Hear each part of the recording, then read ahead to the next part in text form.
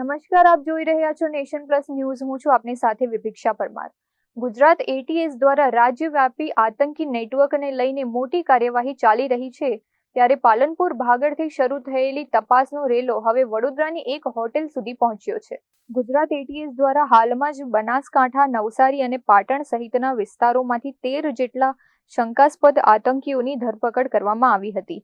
આ આરોપીઓની સઘન પૂછપરછમાં વડોદરાનું કનેક્શન ખુલ્યું છે.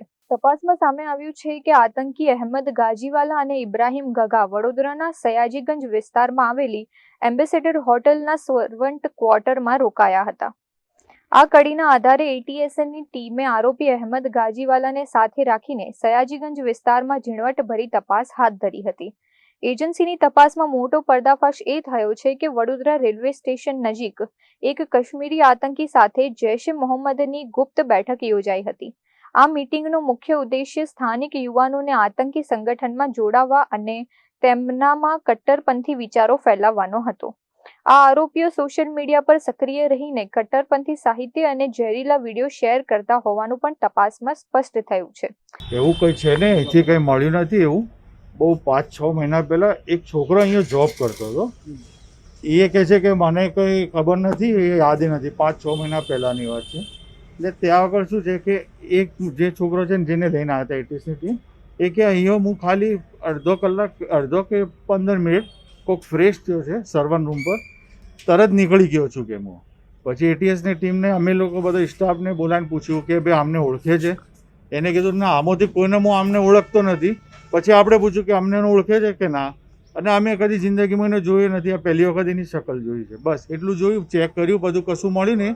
પછી કે કંઈ છે ને વધારજનક તમારે ત્યાં, પછી જતી રહ્યું. બસ આટલી જ માહિતી છે, એના વગર કંઈ નથી. 5-10 મિનિટમાં તો એટીએસની ટીમે જતી રહી. અહીંયાથી કંઈ પુરાવા કશું મળ્યું નથી.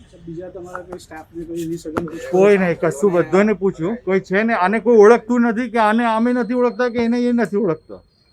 જે 5 મહિના પહેલા જે છોકરો જોબ કરતો હતો એને સડનલી છોડી નાખ્યું મેરેજ થયા એટલે. પછી જોબ પર નહીં આવતો, એને પહેલાં રિઝાઇન નાખી દીધી. બસ એ એમ કહે છે કે આનાથી હું પહેલાં ખાલી મને ફોન કર્યો તો, મને 5 મિનિટ માટે ખાલી ફ્રેશ થઈને નીકળી ગયો તો, 5-10 મિનિટ કે વધારે. બસ એનાથી વધારે કશું મળ્યું નથી અને કોઈ એવું પુરાવા નક્કર મળ્યા નથી. બિલકુલ સહકાર આપ્યો, આપણને કશું નથી પૂછ્યું. ખાલી એને પૂછ્યું કે ભાઈ આમને કોને ઓળખે છે, તો એને ના કીધું કે ભાઈ આમાંથી કોઈને હું ઓળખતો નથી અને આપણે સ્ટાફને અમે ઓળખતા નથી.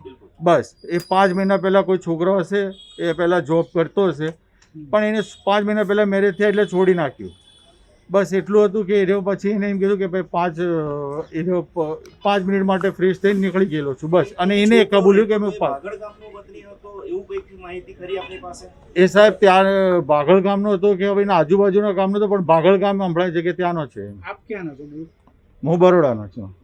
અત્રે ઉલ્લેખનીય છે કે હોટેલ માલિકે ભલે આરોપીઓને ઓળખવાનો ઇનકાર કર્યો હોય, પરંતુ એટીએસના સમગ્ર મામલે અત્યંત ગંભીરતાથી વધુ પુરાવા એકત્ર કરવામાં વ્યસ્ત છે.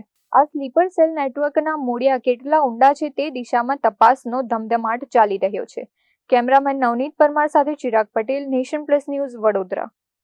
સમાચારોના સતત અપડેટ મેળવવા માટે અમારી નેશન પ્લસ ન્યૂઝની યુટ્યુબ ચેનલને સબસ્ક્રાઇબ કરો, બેલ આઇકન દબાવો અને જોડાયેલા રહો ફેસબુક, ઇન્સ્ટાગ્રામ અને ટ્વિટર પર.